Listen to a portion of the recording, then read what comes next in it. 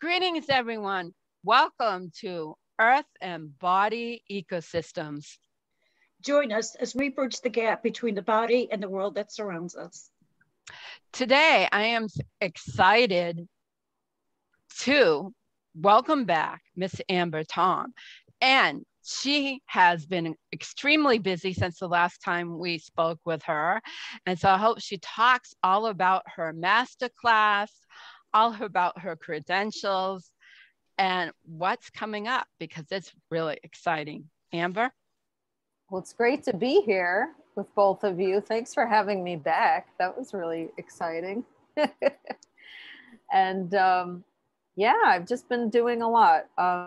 So for those of you that don't know me, my name is Amber Tawn. I'm the author of The Art of Cosmic Creation. It's a channeled piece where it talks about how to live your life as an expression of your soul. And I was speaking with a collective consciousness, and you can actually see it on the cover. That is an actual photo of whatever was hovering above me.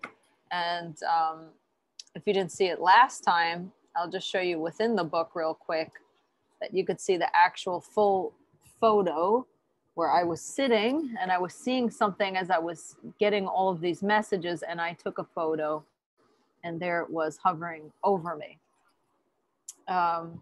So since we've talked, obviously, I was putting my program together, the Live Your Light program, which is based on this book. And I did a master class to go into depth with what it is that I do and what it is that I teach. And that was on YouTube. And I think it will be linked below, the Live Your Light masterclass. Yes, I'll put a link below for that, definitely. Yeah, so yeah, I've been busy. So can you share with us a little bit about what the masterclass is about? Yes. So it goes into depth with the method that I call the STAR method, because when you go into the book and you start reading the messages, they continuously use the metaphor of a star as a metaphor for the human soul and its purpose. And not just the human soul, all of consciousness. And that purpose is expansion. And we expand through self-expression. And so the masterclass goes into depth with the 4 steps, which are the 4 modules of my course, which I call the STAR method. And so the first step, or the first module, is about seeing behind the physical. So basically in the masterclass, I go into depth with why just living life through the physical senses is inadequate. And it's why we feel lost a lot of the times. And we always feel like something is possibly missing, or we feel a little, askew. We feel like, are we doing something right? We're very unsure of ourselves as humans. And that's because we've been taught to go by the physical. And as we know, I show the electromagnetic spectrum and how much visible light actually is on the spectrum that we know about. And it's like that much. It's like nothing. And then how much we hear on the sound spectrum. And like I said, the spectrum of, according to the technology that we've developed, there's definitely sounds beyond what we could even measure with any sort of technology. And we know that the world is we're made up of 99.9% empty space. And so nothing is as we're seeing it. The physical is truly an illusion.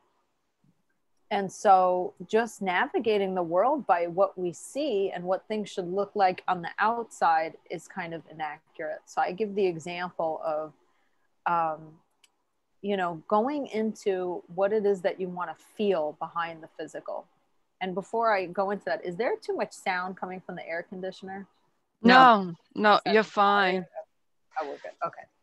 All right. I'll lower that just in case. I can make it lower. There we go. Maybe that's better. So I give the example of, you look at what it is that you're looking to experience in this life. And a very quick example would be, let's say that what you want to experience is, or in the masterclass, I gave this example about a place where you want to live. And let's say that you've been told, like, your goal is to buy a house, because that's what people do. So your goal is to buy a house. Whereas when you really look at your feelings and what it is that you're trying to experience and feel, you find out that you'd actually be way happier and more fulfilled by renting a house or an apartment. I don't know. I'm just making an example, because you'd rather use the other money to travel or to do something else rather than what it's supposed to look like. So going at what things are supposed to look like is very inaccurate. And it's more about, the first step is connecting to what it is that you want to feel behind the physical, and then letting that navigate your choices and your decisions and your goals instead of what it's supposed to look like. So that's step number one. Should I keep going, or you want to ask me? No, well, I was going to ask, now I forgot what I was going to ask, and that's not really good for a host, is it? But I am human, right? Right.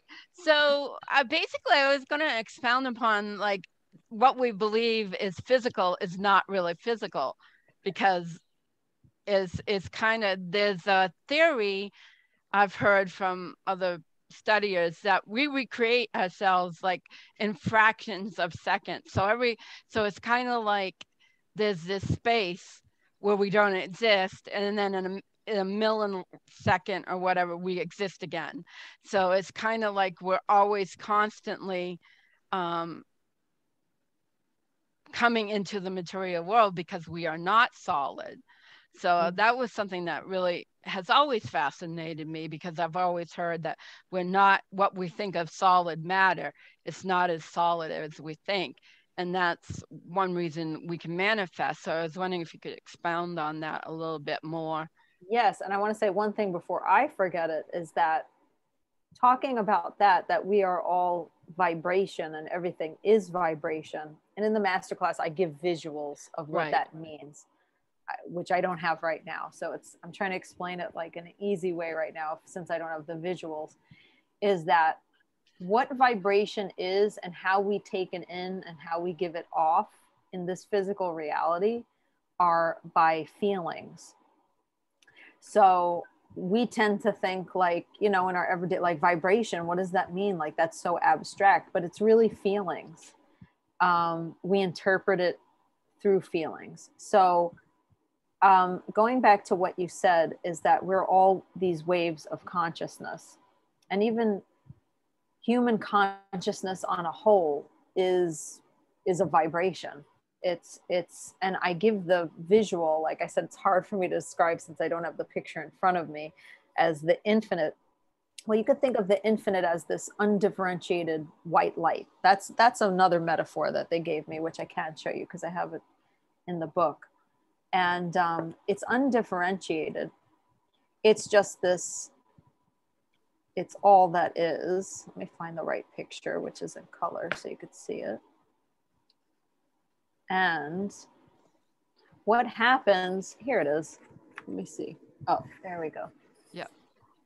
All right, so you have the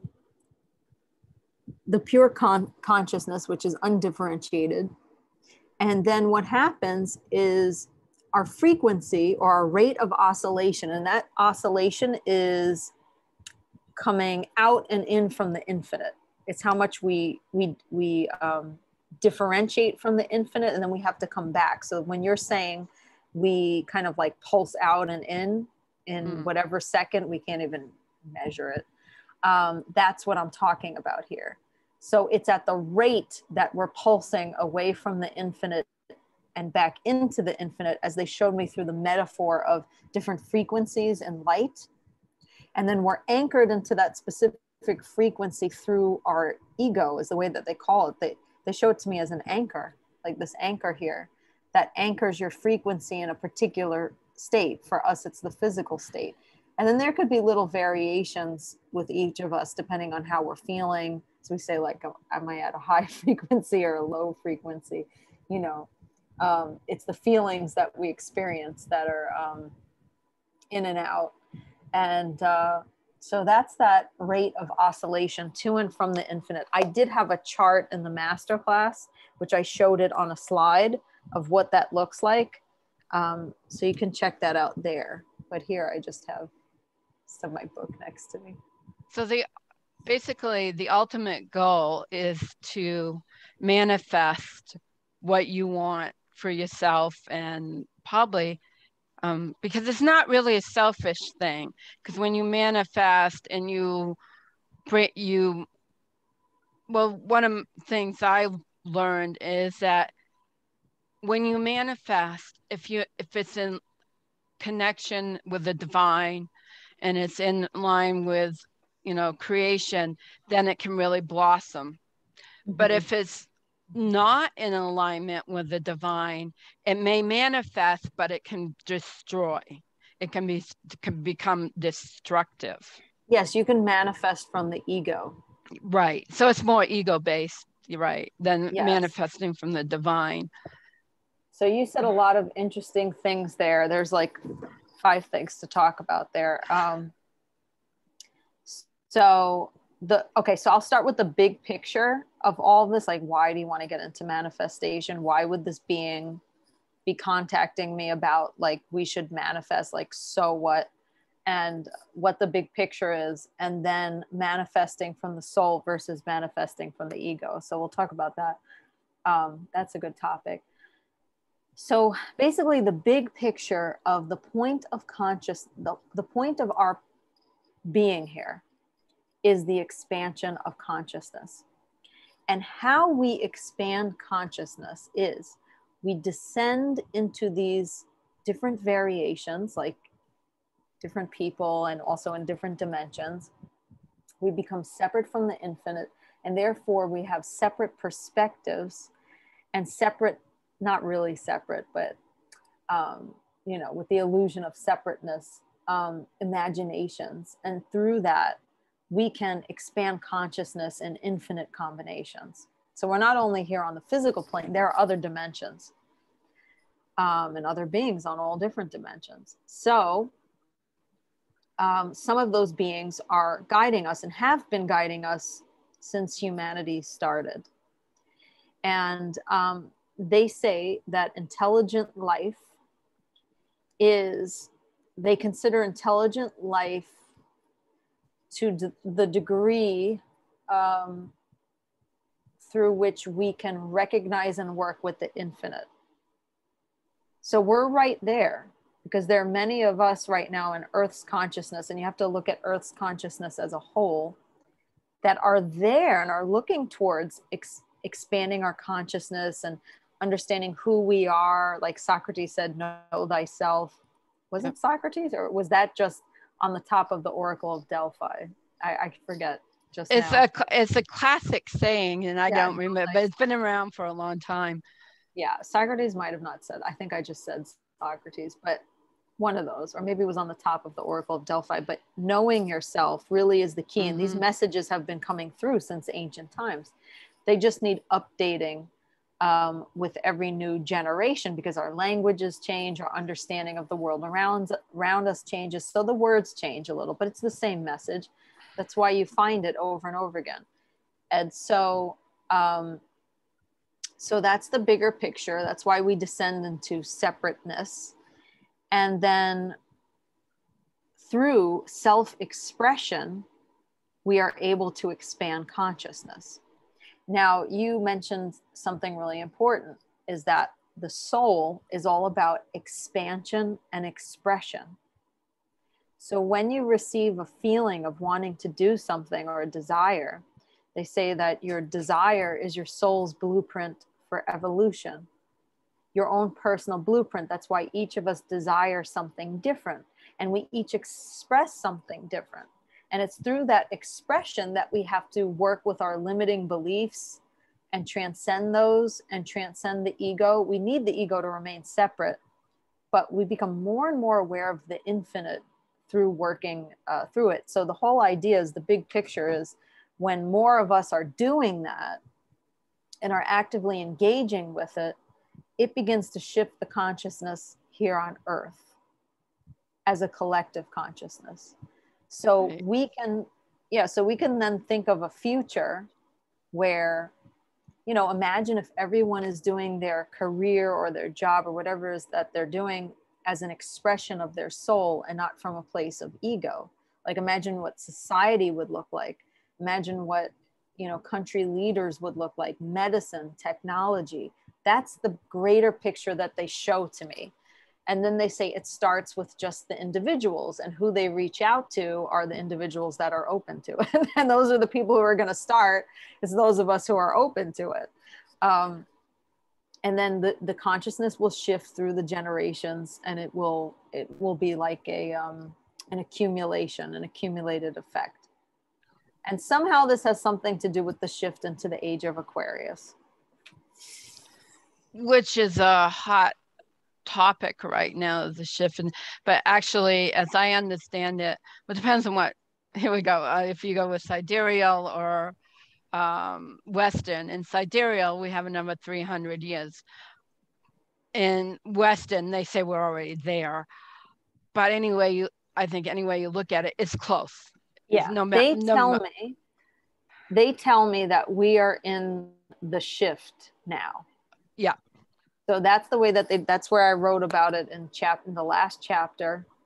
They tell me that we are in the shift. So even though, like, you know, if Earth's center is facing Pisces, right? And then it's moving, it's not at Aquarius yet, but it's moving. We're in that shift. We're already in the energy of it. So that's what they're talking about.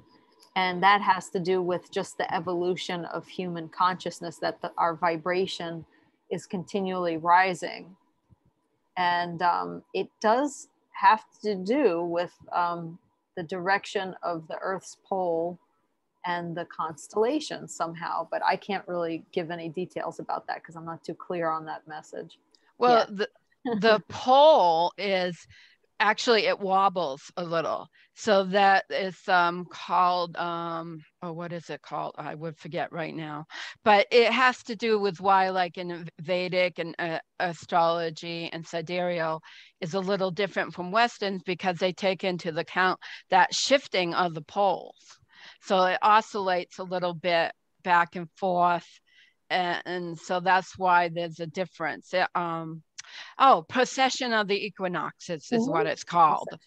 Yeah, precession of the equinoxes. So it's just basically, it's because the Earth has that wobble, and so the poles, the pole is not straight up and down. It kind of has a cylindrical or almost a spiral, like where it changes. It's like a vortex. Yes. So that is energy center. Right. And so it's not a perfect alignment. Like, I guess there are some planets that have that straight pole, but our planet doesn't. And that's why there's a, the Western astrology is set from 2,000 years ago, but we've changed since 2,000 years. We've changed. Right. So, and that pole has, moved, it's not static. So that's what that explanation is about. That's something I've been aware of for a long time, and it always, we won't go into that, but what I was going to ask you something else. So I would say a lot of people, and this is just personal observation, but there's a lot of ego manifesting, and it might go along with the Piscean and age, because that was, I think, it's more about control and everything. And I understand the Aquarian age to be more information is available to everybody, and everybody understands the whole picture, whereas in the Piscean age it was more restrictive of who had the knowledge. And so basically when you go in the Aquarian age, everybody has the knowledge. So it seems to be shifting from like that microscopic view to like a big picture view. Yeah. Yeah, I think we're being forced into seeing the bigger picture, Yeah. or at least some people are. I've always felt like I've been out on Pluto Well, my entire life, seeing the bigger picture, where a lot of people are just, I would say, at street level. right. And, you know, The way that they show it to me is they show me that this consciousness on Earth, they show it to me as a whole. So it's like, they show it to me like, it's hard to describe what they show. Sometimes they give me visual pictures and it's hard for me to describe them unless I make a slide with a picture. But it's like some parts might be out here and some parts might be down here and some parts might be there, but collectively we're in a certain place.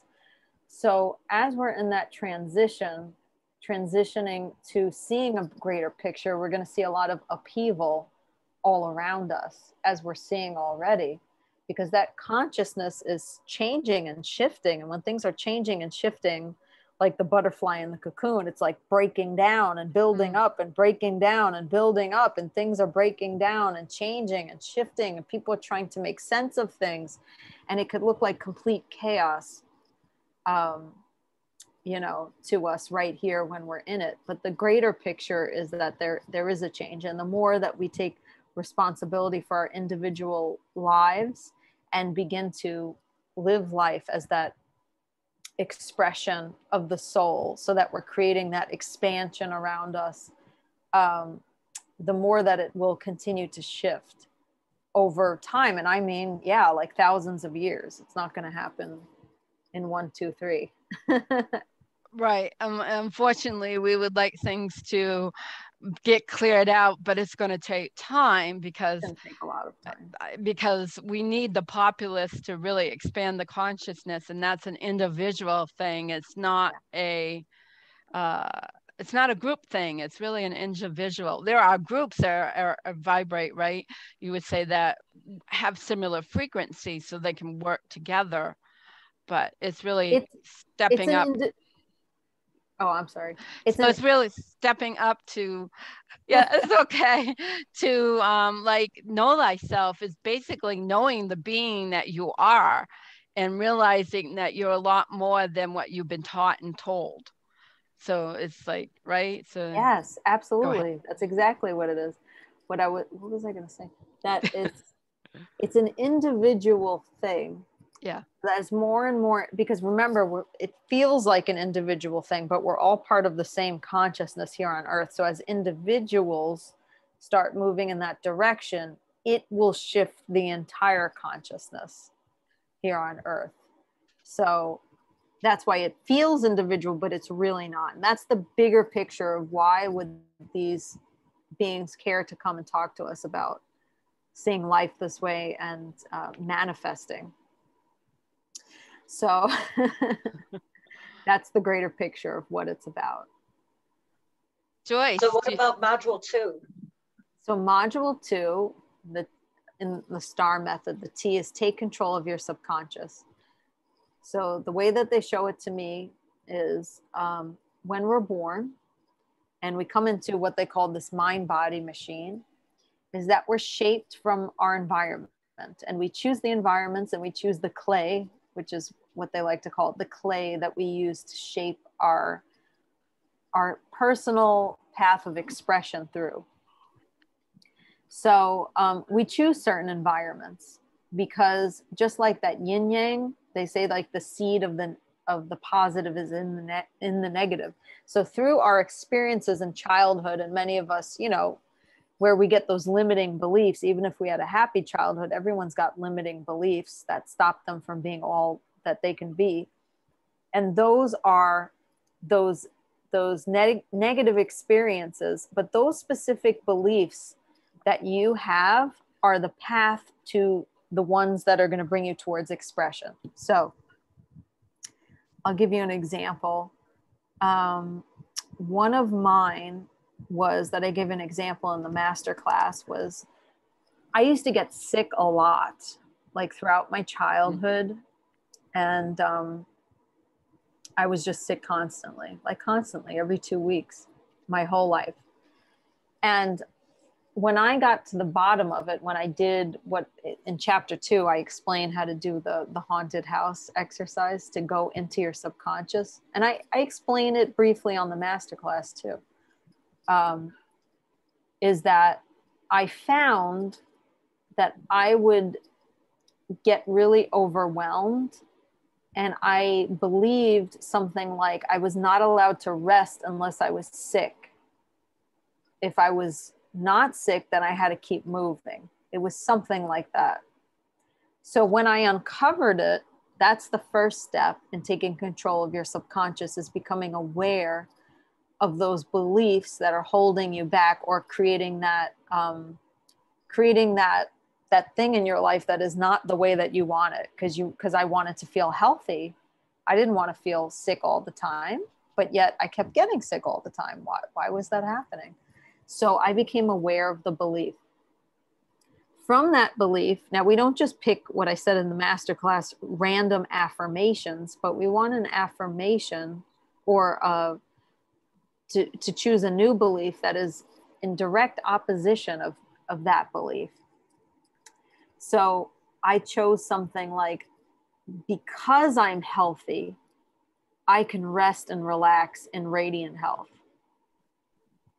And I listened to it again and again and again and again until I began to believe, and it began to sink into my head that, oh, if I'm healthy, that'll give me a real chance to relax, and I get to relax, and it's better to relax when I'm healthy. And I knew that consciously. It's just my subconscious mind took the other message in.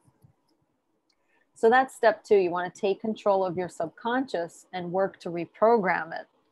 Once your subconscious is reprogrammed and you're working towards it, it's always a work in progress. You don't just accomplish it 1, 2, 3. But once you've got that baseline going, you feel freer and you're better able to move forward with action.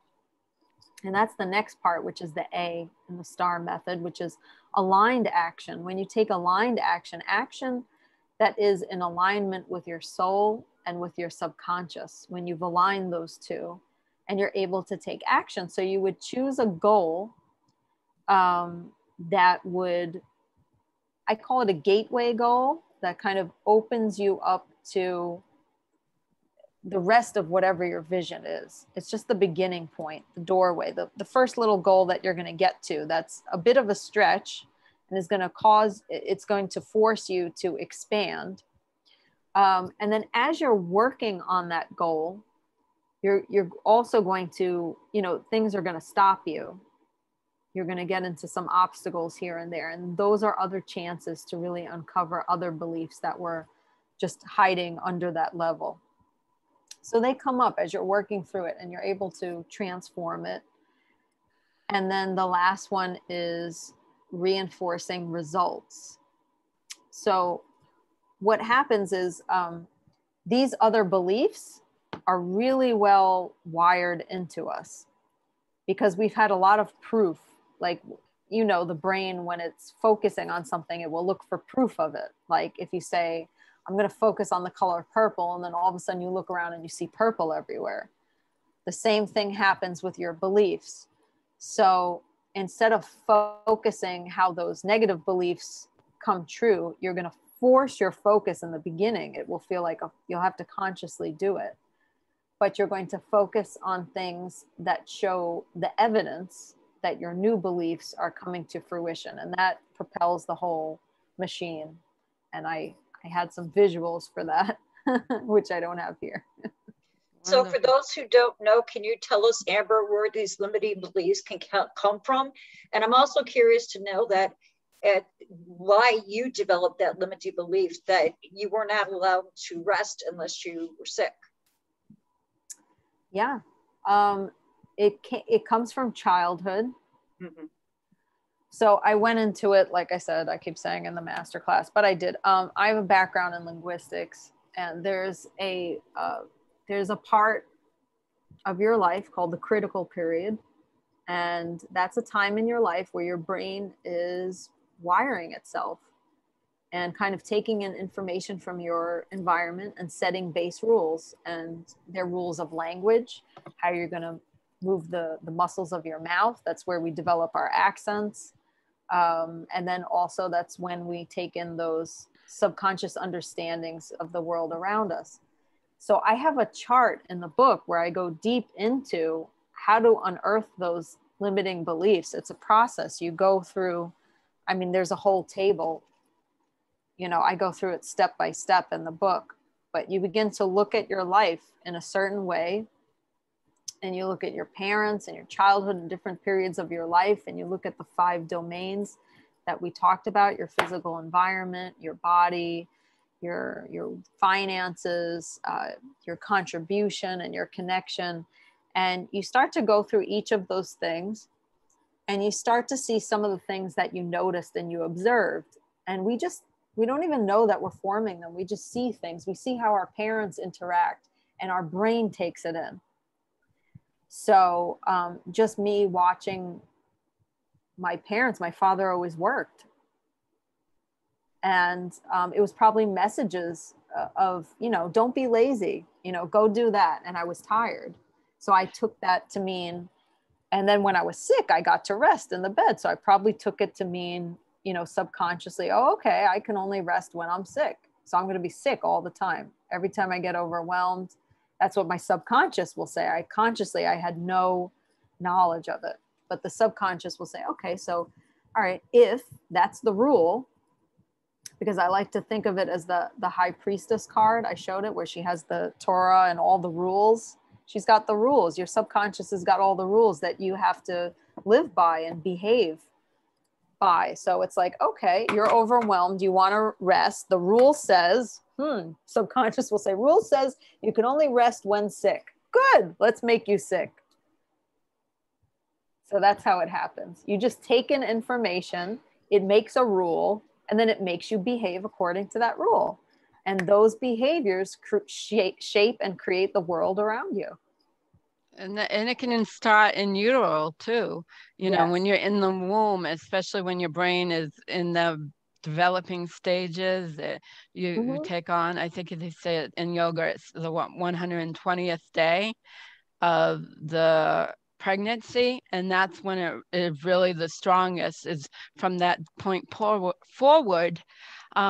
That's when the baby really absorbs everything that's going on around them when they're in utero. So those things can, you know, if your parents have an argument, you're going to feel that in utero. Yeah. You're going to start thinking, oh, it's scary out there. It's safer to be in here. You know, whatever. Hermit. It's safer to be a hermit, hide away from things because it's, scary out there. And that would, absolutely. Joyce, you had a few words for us, and then we'll talk about some more mysterious things I'd like to after Joyce has a few words. So I have a question for you. Is it possible that electronic and wireless devices are making you sick? It is. But I have a solution. That solution is shungite, a mineral that comes from Russia. It contains fullerenes, which you can imagine a soccer ball with only the threads. And so the whole parts are hollow. So what happens is the fullerenes, they go ahead and they deflect the electromagnetic field of the radiation, however you want to see it. So if you want to get shielded with shungite, majestictarot.com, go to shop. We have various products. We have jewelry, we have cell phone stickers, and we also have decorative items and nuggets. majestictarot.com, click on shop. Thank you very much, Joyce. Appreciate that. So, Amber, part of your other roadhouse or wheelhouse is kind of, I would say, the mystical things like paranormal. That's how you actually got into this, right? Was paranormal investigation. Yes. So how it happened was I went to we have someone. We have that's okay. Ignore that. We went to a place, Morris Jamel Mansion, and it was, yeah, I talk about this. It was a paranormal investigation, but it was also like a historical tour. And I was at work, I'm a teacher, and I was seeing the place just as a regular. And I saw that they had the paranormal investigation. And I thought, oh, that will be a really fun birthday present for my brother. So I should take him on that, because I love the paranormal and he loves history. So we'll both have fun. So I booked it, a private one. And I watched a couple things about Morse Jamel Mansion, and online I saw that Ghost Adventures went there, and I was like, oh, this is going to be really cool. And I really didn't know about paranormal investigating. I had no equipment. I just had my camera. So I was like, I'll just bring my camera to take pictures. So we go on the investigation, and I show the picture that like really, really changed my life in the masterclass. I show it there, but we were in the bedroom, one of the bedrooms on the second floor. And we put a motion sensor on the bed, or the guys that take you on the tour, they put it there. And I saw something, and you know what? I was thinking to myself, like, because I'm used to seeing things. I've been seeing these balls of light since I can remember, since my earliest memories. Even my father remembers. Everyone that knows me remembers.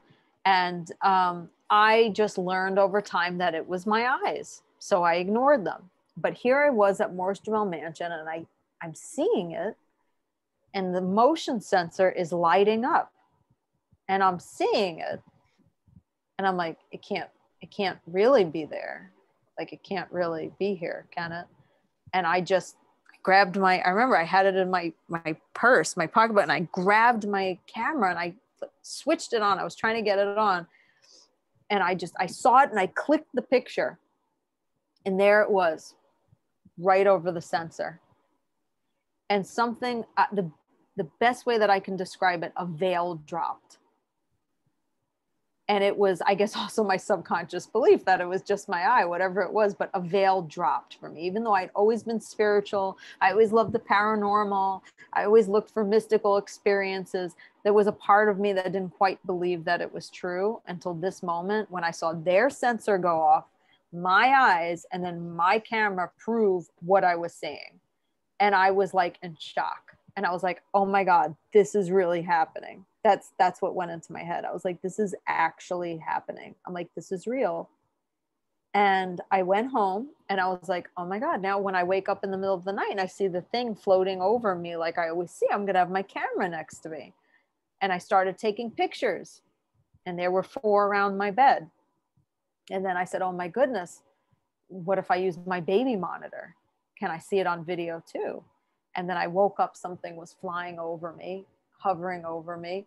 And I ran across the room, and I turned on my baby monitor and my video, and I said, do it again, go over the bed again.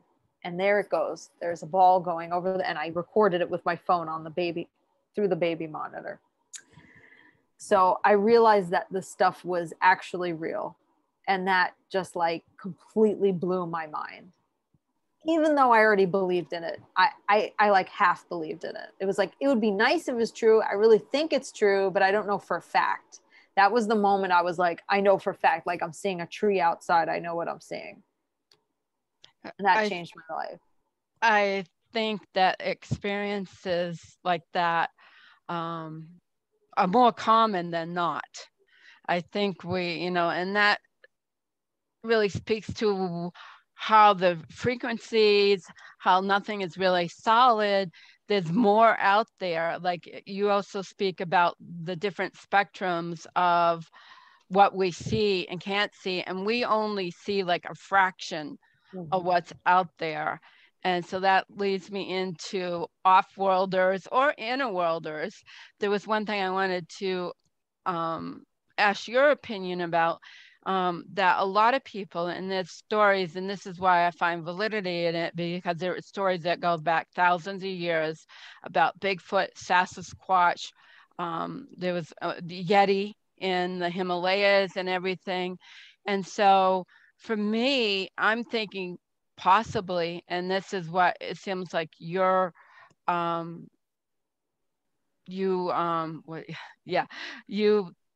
interpreted from an interdimension, what I would call an interdimensional being. Mm-hmm.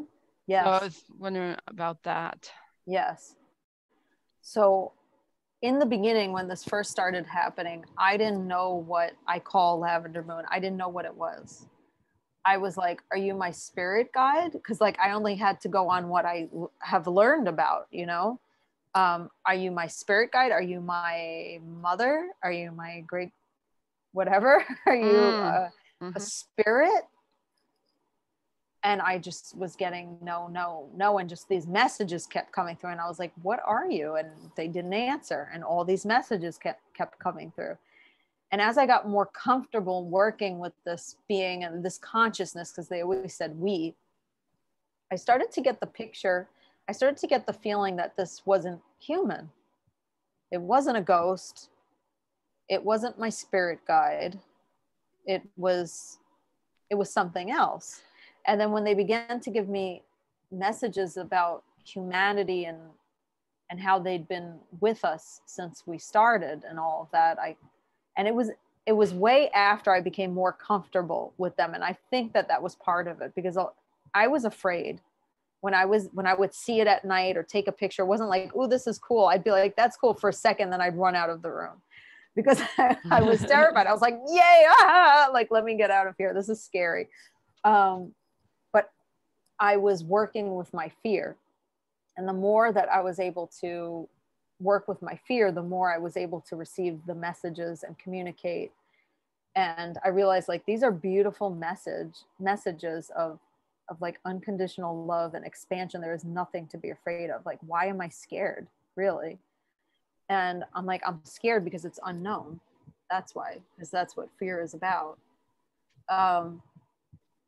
And so after a while, after some time, you know, because I, you know, you've talked to me, but after a long time, they finally said, we are what you would consider extraterrestrial or interdimensional. And last time I believe we talked about the sleep paralysis. Right. Yeah. So I did have like a visitation in between. And I guess I was so scared that they backed off. And I,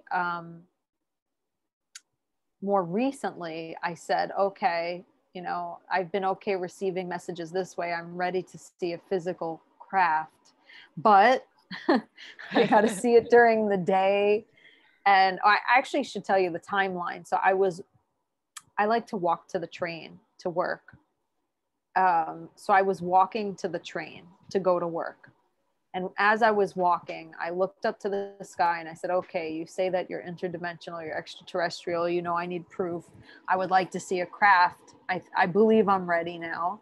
But, and this had been after like a week of having nightmares of seeing a craft. And I was like, I think I'm ready. But I want to see it during the day when I'm around a lot of other people and not at night, not like through my window, the light coming through, that would scare me. So, but I'm ready to take the next step by seeing a physical craft. On my way home from work that same day, I was sitting in the train coming home and I look out the window and there's a huge ball of light moving with the train, like at the speed of the train. And I was like, am I seeing this? Like, and I turn and I look and no one else is, everyone's in their phone or whatever. And I was like, oh my God. And I'm like, and I grabbed in my, I grabbed in my purse and I got my phone out. I'm like, why am I not taking pictures of this? And I took pictures and then I took video and there it was. And then it went behind the building and then I couldn't get it. And then I was watching it and then it went out into the sky. And I got a picture of it. And that was in my master class. You've seen the picture. Yeah. You saw the picture. And I was like, okay, now I know who you are. I was like, that cleared that up. Yeah. Yeah. So interdimensional, extraterrestrial, I believe it's the same thing. Did we get through all the modules of your master class? Yes. Okay. I thought we did, but you stopped saying modules, so I wasn't quite sure. Yeah, she got to the R, which is what was the R again? Reinforcing results. Yeah, reinforcing the results. So I think that's fascinating. My dad always said that he wanted them to come take him for a ride in a spaceship. But, I would freak out. yeah, I think so too.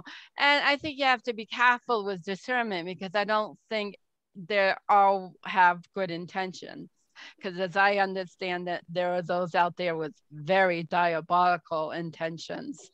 So, I think will let you know, though. Yeah. Well, my daughter who suffers from sleep paralysis, I was talking to her about our last conversation, Amber, and she said that whatever she's dealing with is not like that. She has told them many times that she doesn't want this to stop, and they have not stopped. You're so funny. Yeah, well, that's like I said, I've heard there's good ones and there's not so good ones. That we talked about manifesting, right? And how if you manifest with the divine and in alignment, then you can create beauty. But if you manifest from the ego or real, not good intent, then it can be very destructive. And we have that here on the planet. So I'm not, I'm sure any interdimensional, any extraterrestrial, they're not all, unicorns and I think there's. I have to say that I can't speak to that because they didn't speak to me about any evil reptilians, as people are talking about, or anything like that. I can only speak to my experience. So I have no experience of that. They give me no message about that. I haven't received any messages, no visions, none of those sorts of visitations. They speak to me of where they are, where they speak as we, because they still have an ego. They're still separate from the infinite, but they're at a place where they understand who they are and what they are.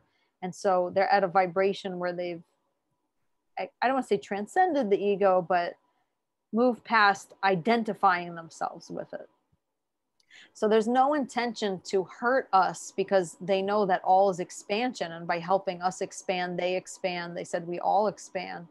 So in my experience, that's the only experience that I can speak to. So I can't speak to that because I've never had that experience. Could you address them with the question?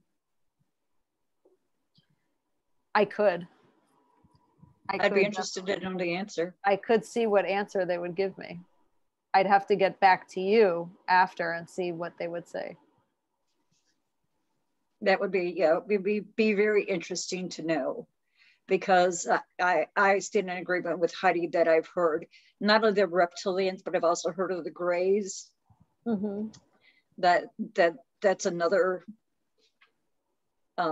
being. Mm-hmm. That's just not real friendly. So I mean, it's just like with humans, there's humans that are here to do good, and then humans that don't have anybody's best intention in mind except for themselves. And I think for us to think, for us to think that we're the only beings anywhere in the universe or the galaxy is kind of like, really, Right. So I, feel that just like humans are good or not so good, I feel that there's beings out there that are good and not so good. Look at Star Wars. Well, yeah. I mean, we have to be careful not to project our own, just like, when people talk about the Fae and like there are different beings that operate according to different rules. So sometimes when we don't understand something, it can look really bad to us. So it's important to be aware of that. And I really enjoy, like I said, I think I said it on the last one, but I just started reading Dolores Cannon's work. And she talks about a lot of that. I think she had, because she passed away now, way more experience with answering those questions than I do. In the past, whenever well, I think I asked about it once. I don't think I continually asked about it, but I asked about it once, and they made me think of the story of Prometheus, where, you know, Prometheus came off the mountain. He was trying to show the humans how to use fire, and the humans were horrified of him. And so they hid from him, and he couldn't help them. So sometimes, you know, there's a lot to look at. I would recommend reading Dolores Cannon. That's what I would.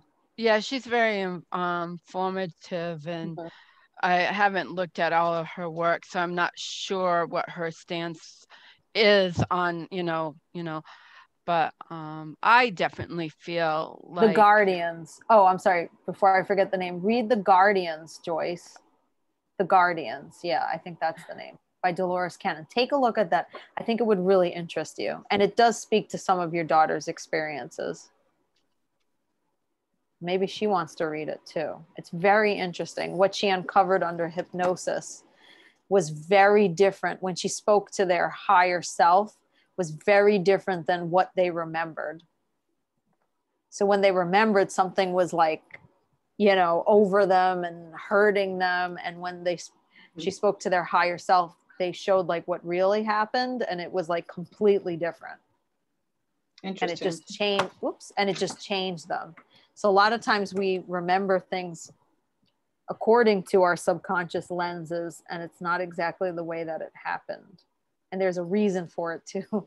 But she talks about that. So that's not my area. I'm going to leave it to her. Definitely go and read that book, The Guardians. So are you going to be teaching your masterclass? Yes. And if so, how can people, and how could people get in touch with you if they want to do that? Yes. So the course, the Live Your Light course, it begins September 12th. And how people could get in touch with me is that I'll give you guys the link, and you can attach it here to the bottom of the video. And what you can do is you can click on the link and make an appointment with me to see if the course is a good fit for you. And I'm very truthful because I don't accept everyone into the course. I've turned quite a few people away. So I like to make sure that the course is a good fit for you. It's not for everyone. So we'll have a conversation about you and what your goals are, and we'll see if it's a good fit. And and you could ask me any questions about it. We'll go through the curriculum. Also watch the masterclass. So if you want to know what is the work about, what will the course be about, I go in depth in the masterclass, and then that can prepare you also to speak with me. I will be closing enrollment soon. It will be open only for the next 2 weeks, and then it's closed. So if you are thinking about enrolling, or you're just curious, make an appointment now. Thank you. Thank you, Joy. So we'll go ahead and include those links below or in the description. Mm-hmm. Absolutely. So is there anything that you really want us to know that you haven't said, Amber? That I want you to know. Besides the course and the book, I guess also just for everyone to know that's watching this, if some of you know me, you know that I haven't really been on YouTube, except I came back for the masterclass this summer. And that was because I was creating this course and putting everything together and opening up for enrollment. And I was only doing short lives on Facebook. So you can also join the Facebook group, Lavender Moon Circle. But this fall, I will be back. I'll be back with the Paranormal Hangout. I have people scheduled till November. So we've got, tons of Paranormal Hangouts scheduled. And I will be coming back with more of my work together, incorporated with tarot, because I still do love tarot, and I'll be incorporating that somehow. Yeah, I love tarot myself, as you know.